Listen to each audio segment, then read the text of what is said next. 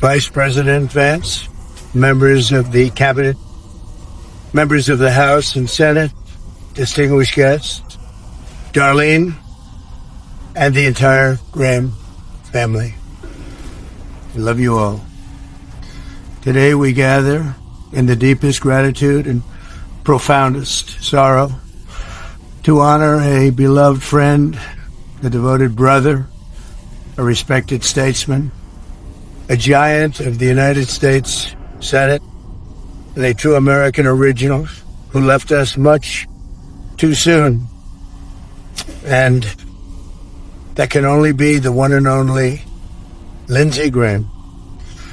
By the strength of his steadfast convictions, the force of his magnetic personality, and the goodness of his noble soul, Lindsey rose from a small town in rural South Carolina, a place he loved so much, to become a constant fixture of American politics at the highest level, and a force to be reckoned with all over the world. For more than 30 years, nothing of consequence happened in this capital without Lindsey Graham knowing about it. Nothing of significance happened anywhere in the world without Lindsey Graham having a view on it. And no bill became law in the most exceptional republic in human history without Lindsey Graham having a say in it. He was a man who gave America the full measure of his good and mighty heart until that heart itself just gave out. But even though Lindsey's life was cut short while he was still so full of vim and vigor, there can be no doubt that he lived absolutely to the fullest. He died doing the work he was born to do. He was truly a great politician, serving the country he loved to serve so deeply. He went out at the peak of his career and the top of his game as a legend that every one of us, many of us here today, are blessed to know him, and a friend that none of us will ever forget. There was truly nobody like Lindsey Graham. It was his hometown of Central South Carolina that Lindsey first learned the art of politics. His parents ran a bar and pool hall on Main Street with a room in the back where the family spent and slept and did everything that you had to do.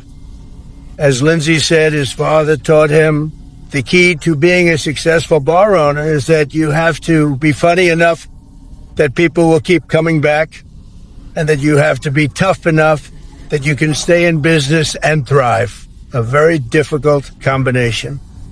For his entire storied career, that's exactly who Lindsey Graham was. He was the first person to make you laugh, and one of the last people that you've really ever wanted to fight.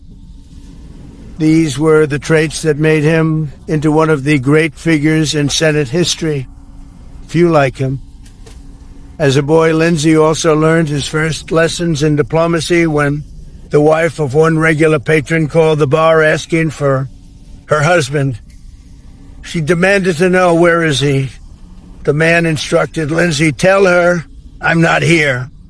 And young Lindsey nodded and said into the phone to the wife, he said to tell you that he's not here. That was Lindsey. When Lindsey was just 20 years old, he lost his mom to cancer. 15 months later, he lost his dad.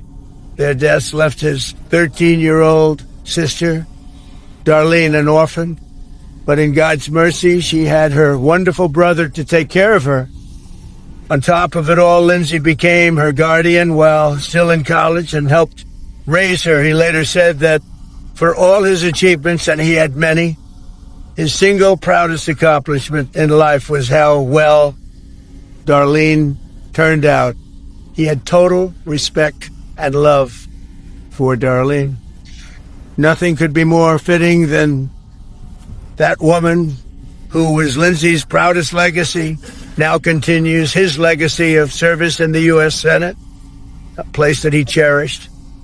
And I have no doubt that he's looking down today, beaming with pride at his sister, Senator Darlene Graham. Thank you, Senator. Lindsey first stormed into Washington with the Republican Revolution of 1994, becoming the first Republican to win his House district in 120 years. That was Lindsey.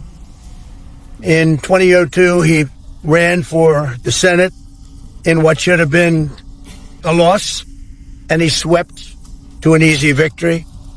Lindsey quickly became a master at maneuvering in one of the world's great legislative bodies. He secured record funding for our military as a budget committee chairman. He delivered the largest investment in border security in history, and last year he shepherded the passage of the largest tax cuts in American history, the Great Big Beautiful Bill. Had a lot of Lindsey goodies in there too, I can tell you.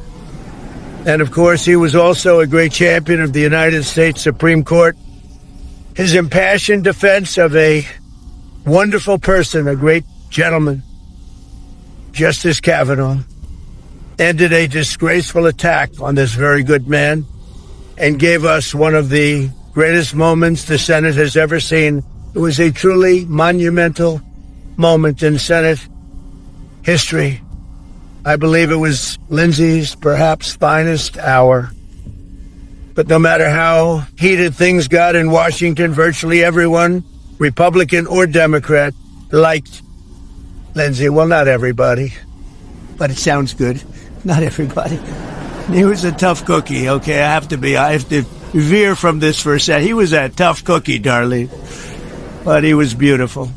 But he was also ready with a joke and a gleam in his eye. After being lectured on the excruciating details of patent law by a fellow senator during a flight, Lindsey declared that he had discovered a new form of enhanced interrogation and torture for the Guantanamo Bay area. He said this is really bad stuff and boring.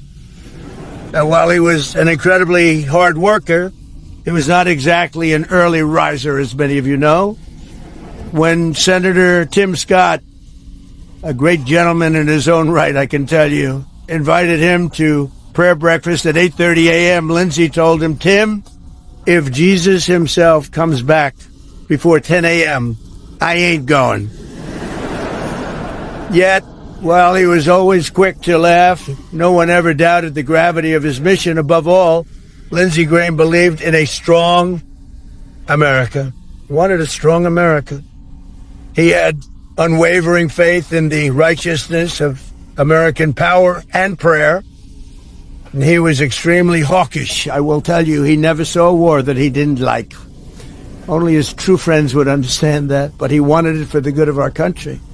He felt in his bones that our destiny is to win, and that his job was to do everything he could to ensure our enemies would lose. It was this conviction that led him to serve 33 years in uniform in the Air Force and Air Force Reserves and Air National Guard, even while he was in office. And it was this conviction that took him as a senator to almost every country on earth, confronting America's adversaries and standing up for America's friends. He had tremendous friendships all over the world. It's a testament to his towering impact that among those mourning him here today are leaders, presidents, prime ministers from all over the globe. They're sitting right here before you. Lindsey met countless world leaders, yet wherever he went, he was always the same Lindsey Graham.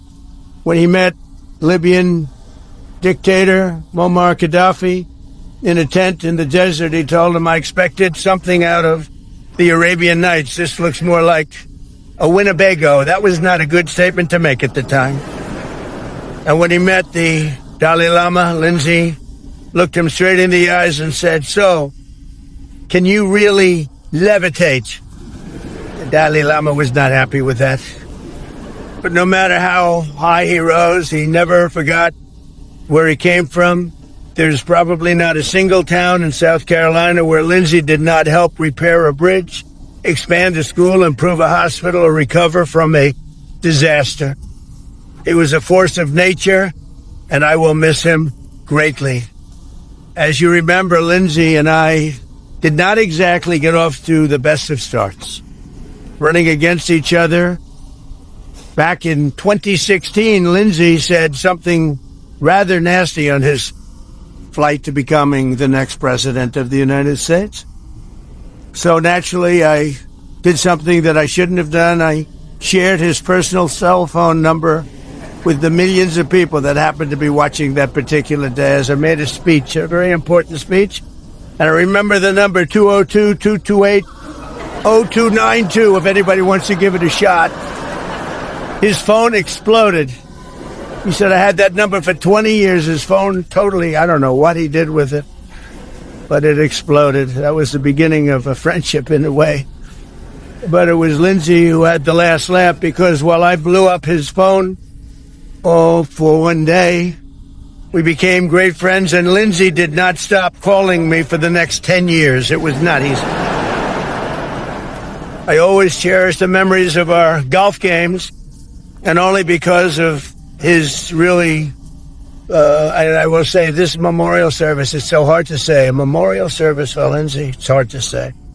But I'll admit that one time Lindsey Graham and Annika Sorensen actually beat me and Gary Player together. Can you believe that? Annika played very well that day, actually. But right to the end, Lindsey carried in his golf bag the putter that once belonged to his dad, and he carried it with him with class and with a ring that was so beautiful of his mother. And they were laying right at his bedside. The night he died, they were there, had him with him at all times.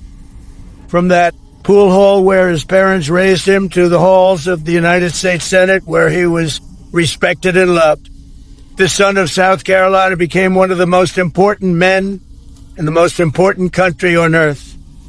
In a city where politicians often become jaded and cynical, Lindsey Graham never lost the old-fashioned American idealism that brought him to the highest levels of government and life.